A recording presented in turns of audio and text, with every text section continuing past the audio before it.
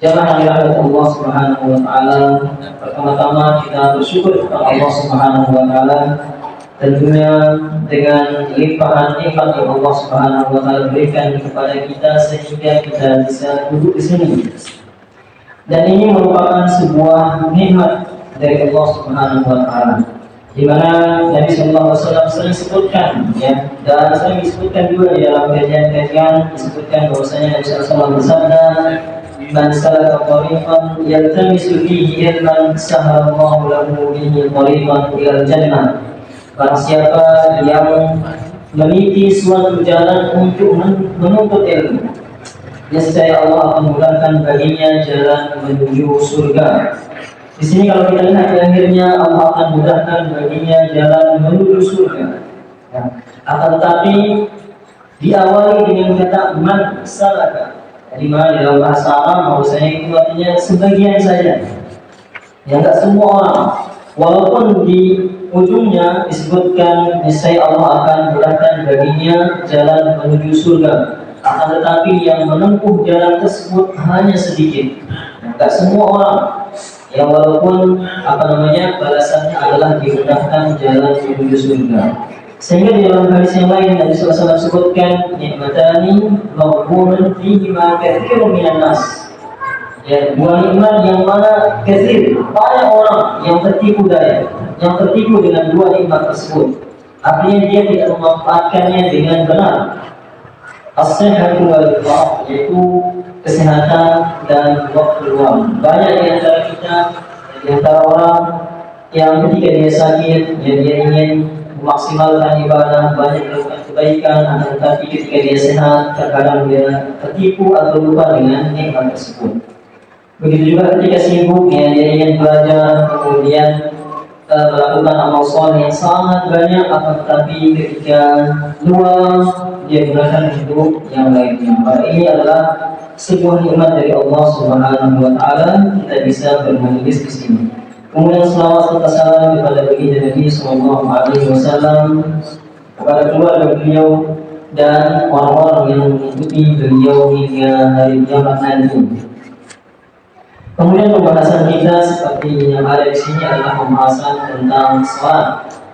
Ya, di mana Nabi sallallahu alaihi wasallam sebutkan Rasul dari Islam yang pokok dari segala urusan, ya, segala kesuksesan di dunia ini adalah al-Islam.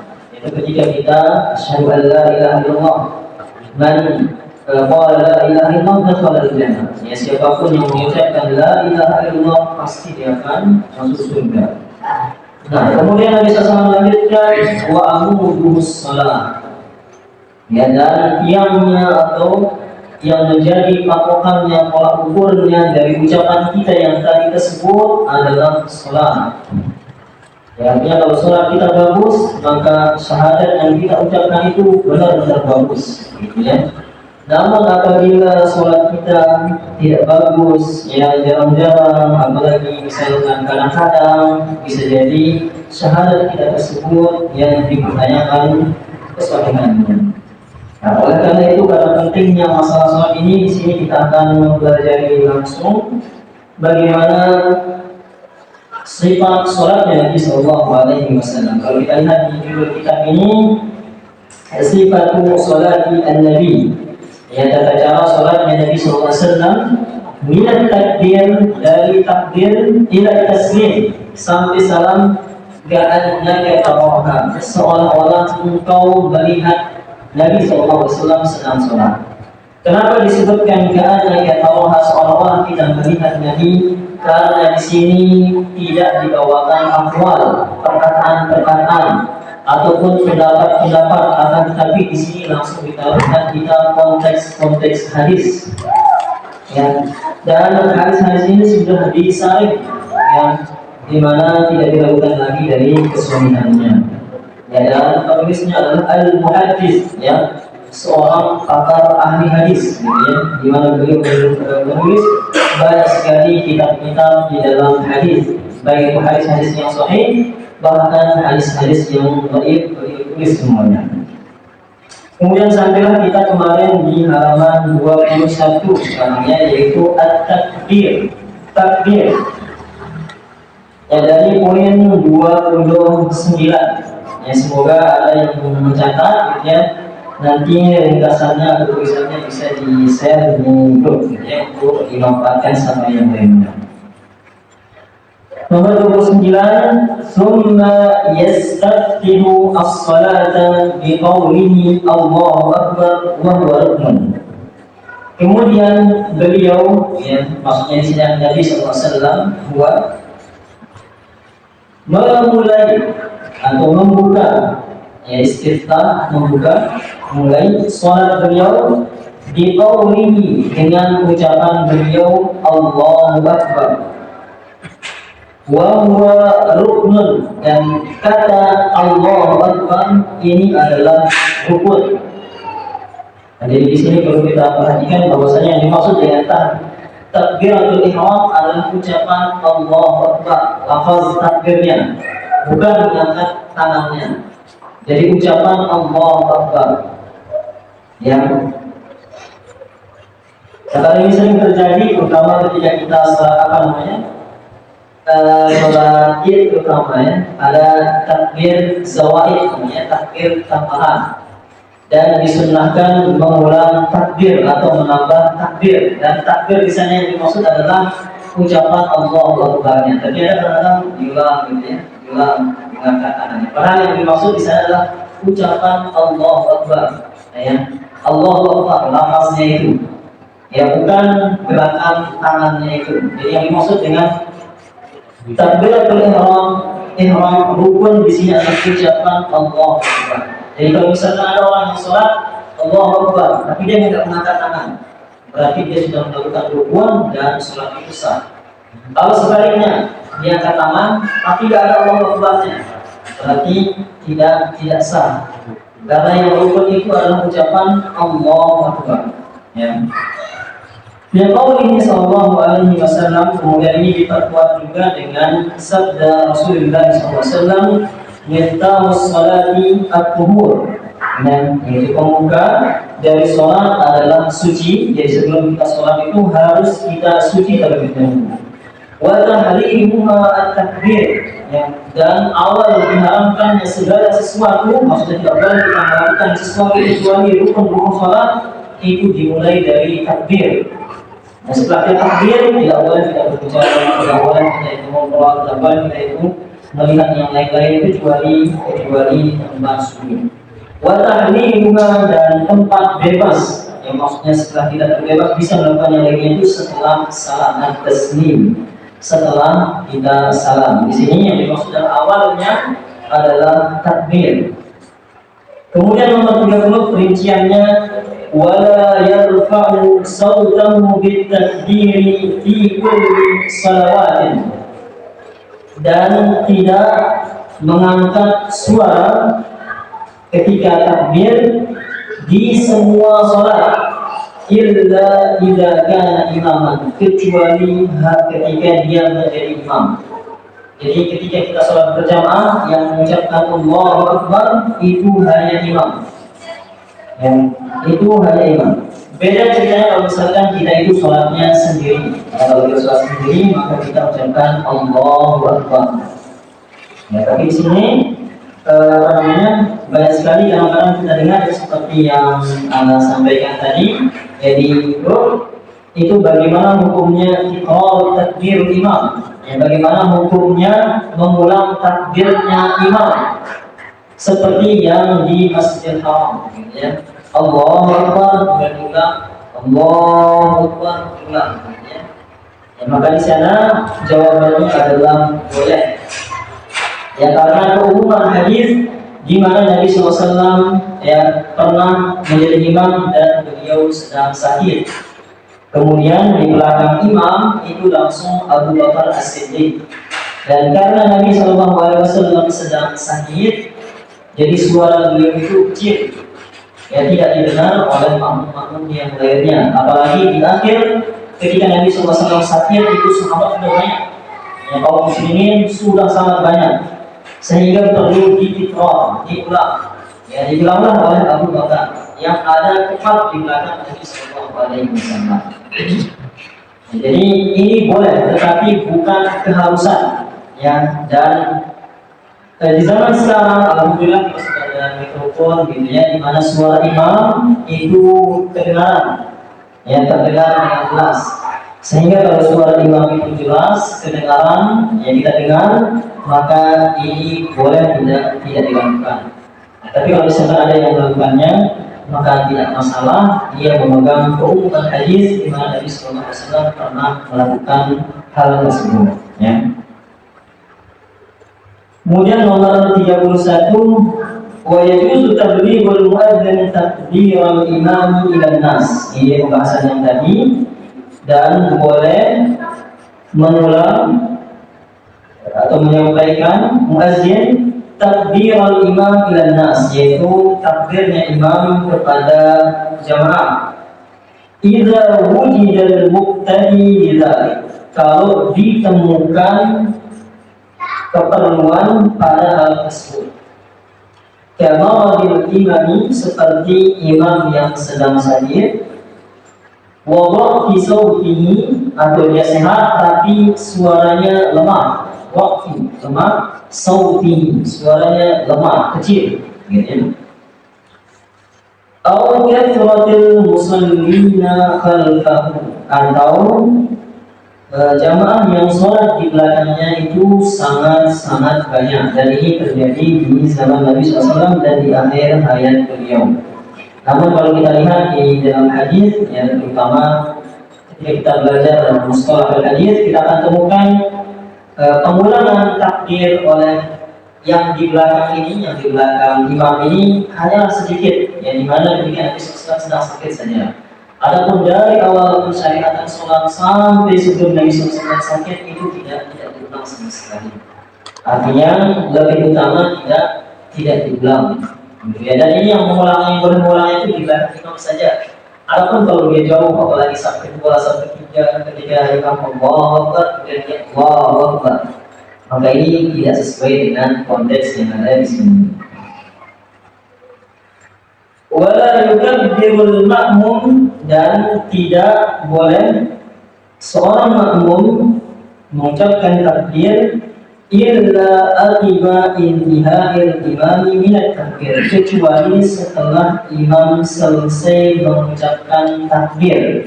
Di sini ada kata akiba, yang ini mirip seperti ba'da. Hanya saja akiba ini langsung, setelahnya langsung. Ketika kedengaran Allahu Akbar selesai, langsung Allahu Akbar, gitu ya, langsung kita mengucapkan takbir. Tidak boleh samaan, ya, maksudnya bersamaan dengan imam ketika imam Allahu Akbar kemudian kita mengucapkan Allahu Akbar, enggak. Tetapi setelahnya. Ya, kemudian di sini ada yang ke-33, raf'ul yadaini wa kayfiyatuhu, mengangkat kedua tangan, wa kayfiyatuhu, dan tata caranya. Dan dari sini ada pembahasannya detail, yang terutama di pembahasannya di sini. Nanti kita minta mungkin Pak Domo gitu ya, atau imam kita Pak Ayah mungkin yang mempraktikkan. Kita Pak Koordinator nanti ya.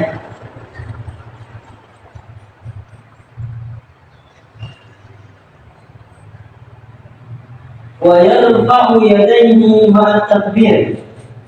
Ada kalanya beliau yang di sini Nabi SAW mengangkat kedua tangan bersamaan dengan takbir. Jadi ada kalanya Nabi SAW sama, Allahu Akbar, gerakan dengan suara itu serentak, gitu kan, Allahu Akbar sama, gitu ya. Qablahu, kadang-kadang juga sebelumnya. Jadi beliau angkat tangan dua, terus setelah itu Allahu Akbar. Ya. Ba'dahu, atau kadang-kadang setelahnya. Jadi Allahu Akbar baru menggunakan kedua tangan. Dan kullu dzalika sabitun fis sunnati, dan semua ini telah ditetapkan di dalam hadis. Artinya tiga-tiganya ini ada hadisnya, yaitu hadis yang pertama Allahu Akbar, dan qablahu, yaitu sebelumnya, berarti Nabi SAW angkat tangan dua, terus itu Allahu Akbar, atau ba'da takbir yaitu Allahu Akbar kemudian mengangkat kedua tangan. Dan ini saya penjelasannya, saya tidak ada di sini, di takbiratul ihram saja dia bervariasi. Adapun di takbir yang lain, ruku, sujud, dia itu ma'at bersamaan. Jadi kalau di takbiratul ihram dia tiga versi. Yang bisa kita bersama Allahu Akbar, bisa juga takbir duluan baru Allahu Akbar, bisa juga takbirnya duluan baru Allahu Akbar duluan baru takbirnya. Tapi di takbiratul ihram, kalau dia di ruku, sujud, apalagi dia itu bersamaan. Ya, karena ini akan membuat makmum itu salah. Ya, dia akan mendahului imam, terutama ketika sujud. Kalau misalkan imamnya sujud duluan, tapi belum Allahu Akbar, itu kadang imam makmum itu lalu. Ya, ini sudah boleh sujud atau enggak? Ya. Nah, kalau penjelasannya di sini, kalau dia itu selain takbiratul ihram, maka dia itu ma'at takbir, semuanya itu sama, ya, sama dengan takbir. Jadi ketika kita mau Allahu Akbar sama. Begitu juga dengan iktidal, sallallahu liman hamidah sama dengan suara. Begitu juga dengan sujud, Allahu Akbar yaitu sama. Tidak bervariasi seperti ini. Jangan sampai kita misalkan Allahu Akbar tapi belum duduk, dia masih berdiri, ya. Akhirnya waktu itu bingung, sudah boleh takbir atau enggak, ya. Ini hanya di takbiratul ihram saja, boleh, ya.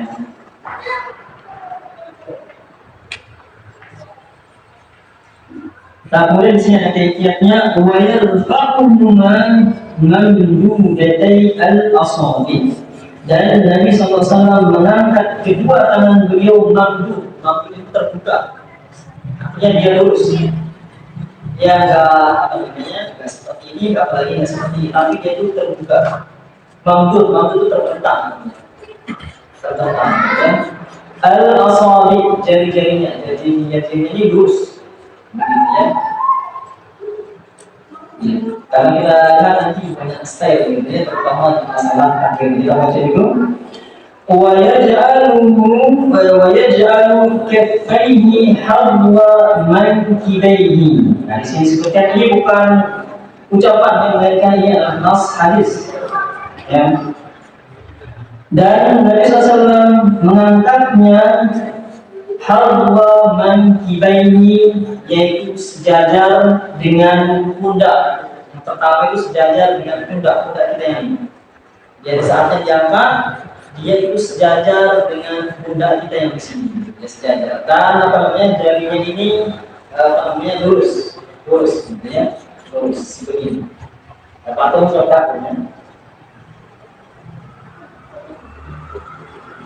Wa ahyanan, namun terkadang, ya, kata ahyanan ini dia lawan dari kata ghaliban, gitu ya. Kalau ahyanan ini kadang-kadang, kalau ghaliban itu kebanyakan. Berarti yang kebanyakan itu sampai pundak. Dan di sini terkadang-kadang, gitu ya, ahyanan, jarang, gitu ya. Yubalighu fi rabbihima hatta yuhadhiya bihima atrafa udhunayhi. Akan tadi kadang-kadang Nabi Shallallahu Alaihi Wasallam mengangkat kedua tangan beliau sampai yuhadu menyamai atau ujung udhunayhi, kedua telinga beliau. Ya, ini kadang-kadang dia angkat keras gitu ya, sampai di atas telinga Nabi SAW. Ya. Dan kita lihat di sini ada dua di dalam takbir, yaitu kebanyakan Nabi SAW begini, ya, sejajar dengan pundak. Tapi ada jarangnya, kadang-kadangnya, akhirnya Nabi SAW angkat yaitu sampai jari, atau sampai telinga, ujung telinga, ya. Dan kalau kita baca penjelasannya di dalam hadis ini, ya inilah yang sahih, inilah yang banyak dipegang oleh para ulama. Namun ada yang menggabungkan dua keadaan ini. Ada yang menggabungkan, artinya Nabi SAW nggak seperti ini, nggak seperti ini. Akan tetapi langsung di dua hasil dikumpulkan, yaitu Nabi SAW mengangkatnya seperti ini, di ujung bawahnya ini dia sejajar dengan pundak, dan di atas ini dia sejajar dengan telinga. Nabi mengangkatnya seperti ini. Jadi sahabat itu melihatnya ketika melihat Nabi SAW angkat tangan, kalau dilihat di bawahnya itu sejajar dengan pundak, kalau dilihat atasnya itu sejajar dengan telinga. Jadi begini, pertengahan. Ya, jadi kalau kita lihat ujung tangan itu dia sejajar dengan pundak. Kalau kita lihat di atasnya itu dia di telinga.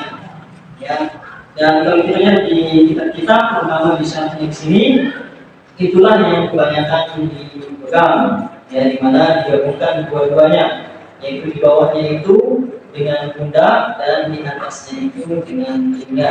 Ya, tetapi dengan memegang yang ada di sini, ya, apa yang disampaikan di sini itu sudah benar sesuai dengan sunnah, sesuai dengan yang dicontohkan oleh Nabi Sallallahu Alaihi Wasallam. Ya, dan kita lihat di zaman sekarang banyak sekali style, gitu ya, cara-cara, gitu ya, maka kita lihat begini, gitu ya. Begini aja kadang-kadang ya, sering kita lihat, gitu ya. Atau ada yang lain, gitu ya, yang lain kadang-kadang ya. Maka kita jawab ya seperti itu adalah boleh juga, ya, karena mungkin dia memegang keumuman hadis di mana dalam hadis disebutkan wa yarfa'u yadayhi, dan Nabi SAW mengangkat kedua tangan. Jadi mengangkat kedua tangan, jadi diangkat, terserah gimana modelnya yang penting diangkat, gitu ya, keumumannya ya hadisnya, gitu ya.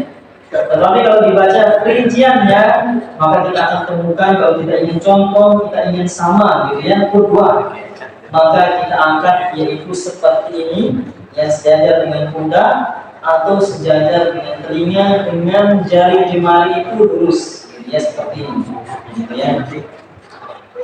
Dan kalau kita bahas yang tadi, kalau ada yang mengangkat seperti ini, gitu ya, maka tetap dia sholatnya itu sah, hanya saja pahalanya itu tidak sempurna. Kenapa? Karena dia tidak datang dengan apa yang dicontohkan oleh Nabi Sallallahu Alaihi Wasallam. Gitu ya. Jadi sholatnya tetap sah. Keumuman hadis mengangkat tangan, gitu ya. Summa yad'u yadahul yumna al-yusra. Kemudian beliau Nabi SAW menaruh tangan kanan al-yumna, tangan kanan, al-yusra, di atas tangan kiri. Akibat takbir, setelah beliau takbir. Wa huwa min sunnahil anbiya'i alaihi wassalatu wassalam, dan itu adalah sunnah, maksudnya adalah yang dicontohkan oleh para nabi. Anbiya ini jamak dari nabi, artinya nabi-nabi alaihi wassalatu wassalam. Wa amara bihi Rasulullah, dan Nabi SAW memerintahkannya ashabahu, sahabat-sahabat beliau. Jadi menaruh kedua tangan, menaruh tangan kanan di atas tangan kiri, ini adalah dilakukan oleh baginda Nabi SAW dan juga beliau perintahkan. Ya. Fala yajuzu isdaruhuma, maka tidak boleh membiarkannya, memuraikannya, sebenarnya isdar. Allah Akbar langsung begini, ya, enggak menaruhnya seperti ini. Tidak boleh, ya. Walaupun kita lihat ada yang boleh, ada yang melakukannya seperti orang-orang Syiah. Kalau kita lihat, saya misalnya live yang jadi di YouTube, ya, bagaimana soalnya orang-orang Syiah, Allah langsung melepasnya seperti ini. Tidak memegang tangan kiri, memegang tangan kanan di atas tangan kiri. Dan di sini disebutkan pada yang justru isdaruman yang tidak boleh. Ya. Ini setelah takbiratul ihram, ini ya, setelah takbiratul ihram, ya, bukan setelah iktidal, gitu ya. Maksudnya di sini setelah takbiratul ihram. Adapun setelah iktidal beda dengan. Karena di sini kita masih akibat takbir, setelah takbir itu takbiratul ihram. Allahu Akbar ini. Namun kalau misalkan sami Allahu liman hamidah, nah ini beda ya. Bukan dia di sini maksudnya. Yang dimaksud di sini adalah setelah takbir. Nah, kemudian di sini posisi menaruh tangan ketika takbir. Nah, di sini dia wa yadau al-yumna ala dhahri kaffihi al-yusra. Ini yang pertama, terutama ini yang terafdal gitu ya, seperti yang ada di atas tadi. Dan beliau Nabi SAW menaruh tangan kanan ala dhahri, di atas dhahar. Dhahar itu adalah di sini pundak yang ini. Kaffihi al-yusra, ya tangan yang kiri. Artinya pundaknya ini yang dipegang, ya, pundaknya yang ini dipegang. Ya. Ini yang banyak. Wal usdi, terkadang juga di atas pergelangan. Di pergelangannya ini kita juga pergelangan. Ya. Yang pertama pundaknya dipegang. Kalau yang kedua ini pergelangan dengan pergelangan. Ya. Wasaidi, terkadang juga lengan bagian bawah. As-sa'id ini lengan bagian bawah, yang daging yang di sini, gitu ya, daging yang di sini. Ya. Dan hanya sampai sini, ya. Tidak ada yang sampai sini, gitu ya. Jadi pilihannya juga di sini pundaknya ini, gitu ya, atau pergelangan, atau memegang bagian yang dagingnya ini, gitu ya. Ataupun mungkin kita lihat ini mungkin keinginan, ya. Dan nggak ada di sini. Dan di sini yang maksudnya itu adalah memegang bagian sa'id, yaitu bagian lengan bawah atau bagian daging yang ada di sini, ya, bagian sini. Jadi di sini kalau kita lihat dari nas itu hanya tiga, gitu ya, menaruhnya, yaitu apa namanya, punggung dengan punggung, atau pergelangan dengan pergelangan, dan yang terakhir adalah bagian lengan bawah, ya.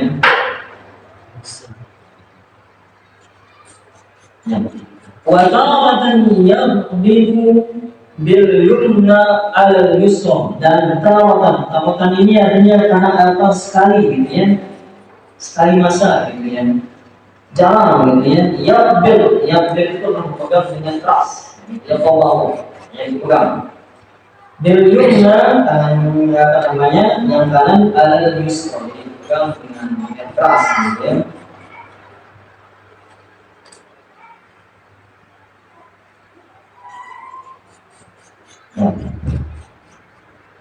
Kemudian di sini yang terakhir, ya, sebelum kita mungkin praktek nanti, mahallu al-wad'i, yang tempat menaruhnya, yang menaruh tangan tersebut, ya, di mana kita taruh ya. Wa yad'u ma'ala sadrihi faqat, ya, dan beliau Nabi SAW menaruh kedua tangan beliau ala sadrihi, di atas dada, ya, bukan di atas dada begini, di dada berarti di atasnya, gitu ya. Karena nanti kalau dipahami alas sadar berarti di dada di atasnya, gitu ya. Di sini jadi ya, bukan, jadi dada di atasnya dada ini maksudnya, ya, bukan di atasnya dada, ya, tapi pas di dada, gitu ya. Dan sisi sebutkan kufar hanya, ya, hanya itu saja, hanya di atas dada saja, ya. Gak ada yang lain, gak seperti tadi ada pilihan-pilihannya, gitu ya. Ini saja, ya. Ar-rajulu wal mar'atu, baik untuk laki-laki ataupun untuk perempuan, tidak ini sama, hukumnya sama, ya. Dan itu yang utamanya, itu yang dicontohkannya. Dan banyak yang bolehnya, dan ada yang tidak bolehnya. Jadi yang boleh itu boleh kita lakukan, tapi nggak ada pahalanya kalau boleh. Ya, ada yang mengubahnya. Wala yajuz, dan ada yang tidak boleh. Artinya kalau kita lakukan salah, gitu ya. Wala yajuz an yad'a yadahu al-yumna ala qasiratihi, dan tidak boleh seseorang menaruh tangan kanannya ala qasiratihi, di atas bagian perutnya yang paling bawah. Jadi bagian perut yang ada yang bagian bawahnya, gitu ya, santai, gitu ya. Itu tidak boleh, ya. Artinya berarti di antara dada sampai bagian bawah pergi dia boleh. Misalkan ditaruh di sini saya berarti boleh. Asalnya kata-kata boleh ini bukan berarti anjuran, tapi ada pengalaman boleh. Ya, tapi kalau misalkan kita di sini di dada itu artinya sesuai dengan sunnah dan mendapatkan pahala. Adapun yang di bawah itu tidak boleh, ya.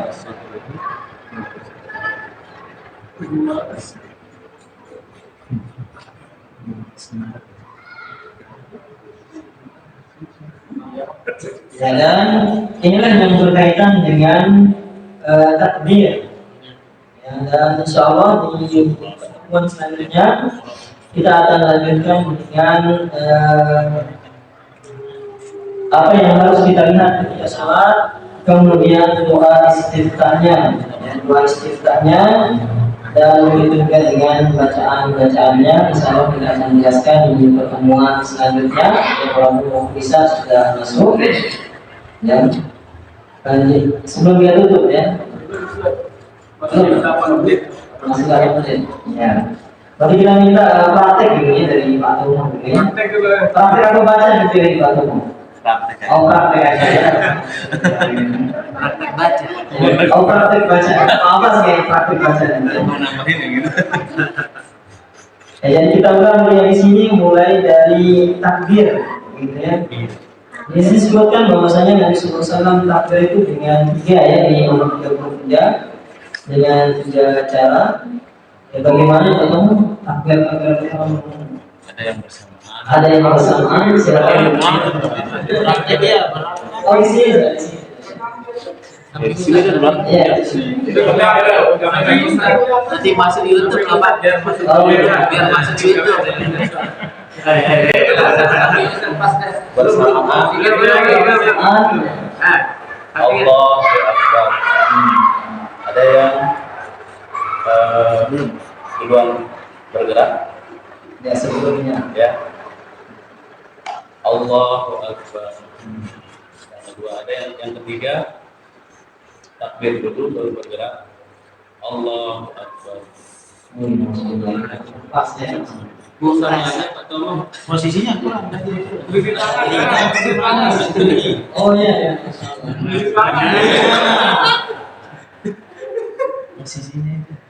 Posisi tangan. Iya, posisi tangan. Posisi tangan yang afdal itu Pak Tuh. Ada 3. Yang pertama waktu bersedekah. Yang pertama tangan kanan di atas punggung tangan kiri. Yang kedua Rasul pernah memegang pergelangan tangan. Yang ketiga memegang dengan bawah tangan. Itu saja.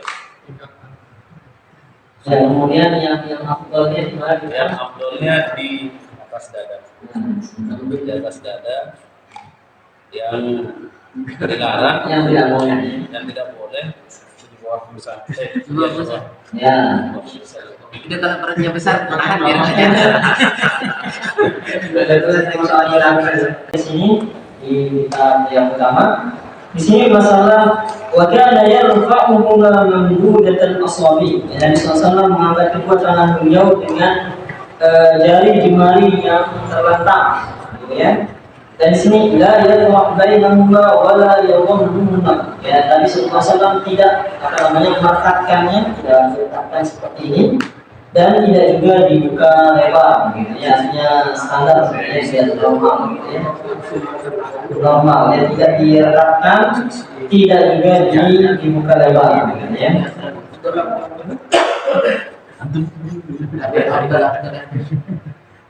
Itu belum dipraktikin kan ya? Masih mengangkat tangannya belum. Kan sisain teman. Imam. Imam kita. Sudah mengangkat tangannya belum.